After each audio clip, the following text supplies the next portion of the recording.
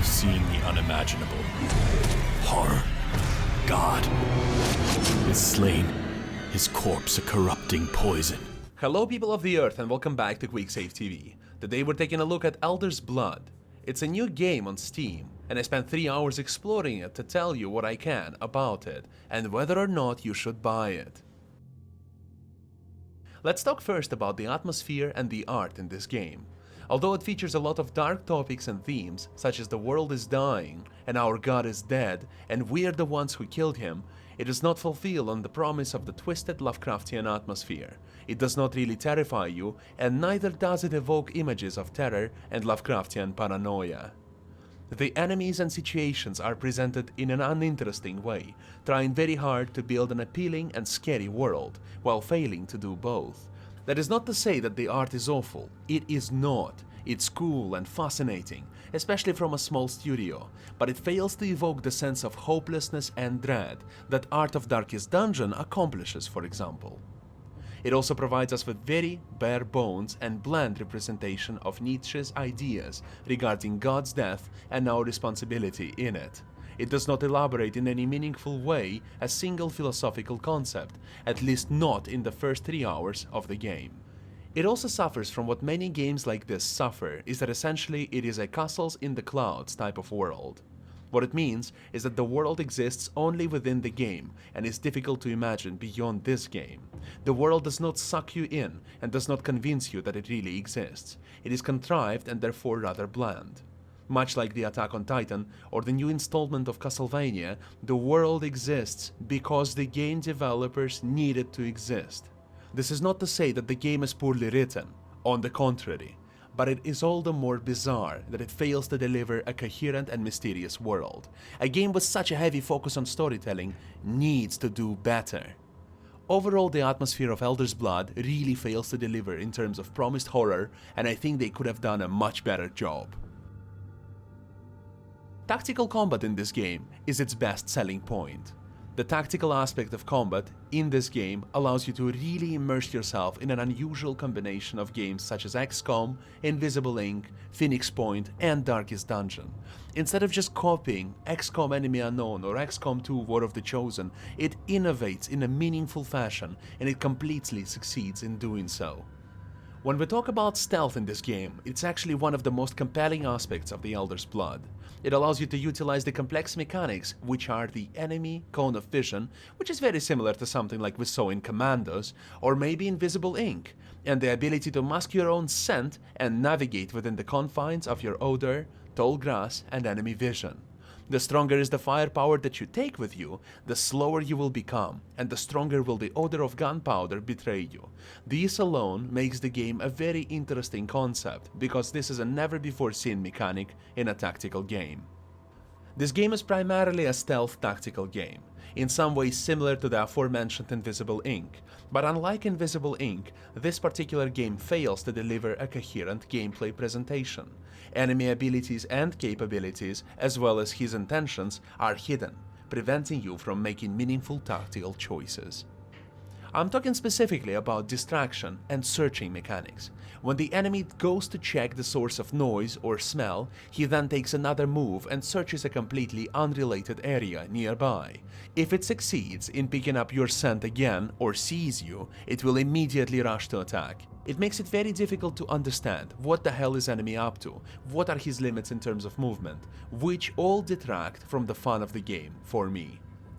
Another problem that I found is that the game is not punishing enough. When the vile creatures overwhelm me, I am afforded with 3 lives essentially, so I can keep resurrecting my allies with no penalties or consequences, which is downright bizarre for a game aspiring to combine Souls-like and tactical strategies.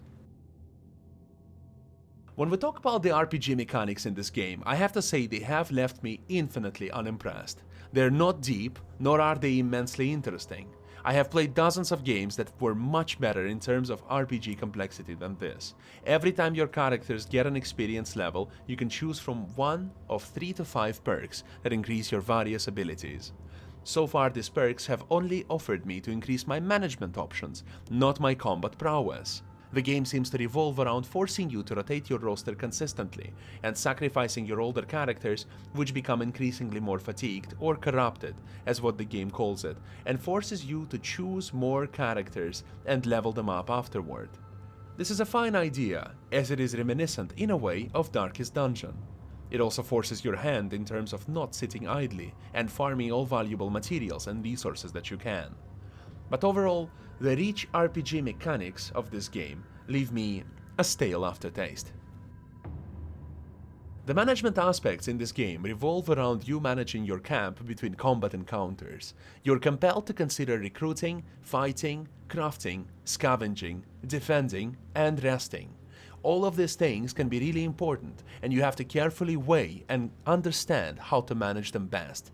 There are certain imbalances that I find in this game, such as the value of scavenging for food as opposed to buying food, as it seems that buying food is just significantly more efficient in terms of your time and in terms of practical use of your money.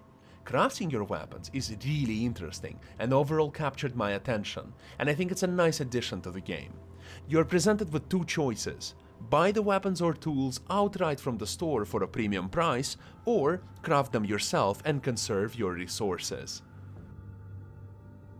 Okay, you must understand, I've only played this game for about 3 hours, so I haven't got to experience this great world that the developers speak of, but what I've seen so far is an incredibly linear story laid out within an incredibly small map. The world map is not exactly a world map, as it is a series of irrelevant locations which you can navigate. These locations are connected in a web that you must thread as you move from point A to point B. Locations have really appealing flavor lore, but there are no compelling reasons to visit them, beyond simply picking out the most optimal spot to scavenge. Every time you travel somewhere, it fatigues your characters. They consume food to sustain themselves, and you get an opportunity to get closer to your objective. You are strictly discouraged from mucking about for any prolonged period of time. This is a good thing. However, traveling does not allow you to get into interesting and loot-filled random encounters, which makes the game incredibly boring. It makes the game essentially a talk to A, go to B, kill the C repeat loop. No exploration involved. From the 3 hours that I have spent with the game, I can tell you the following. What I think about this game is that you should buy it if you're a hardcore turn-based tactics fan and if you like stealth gameplay.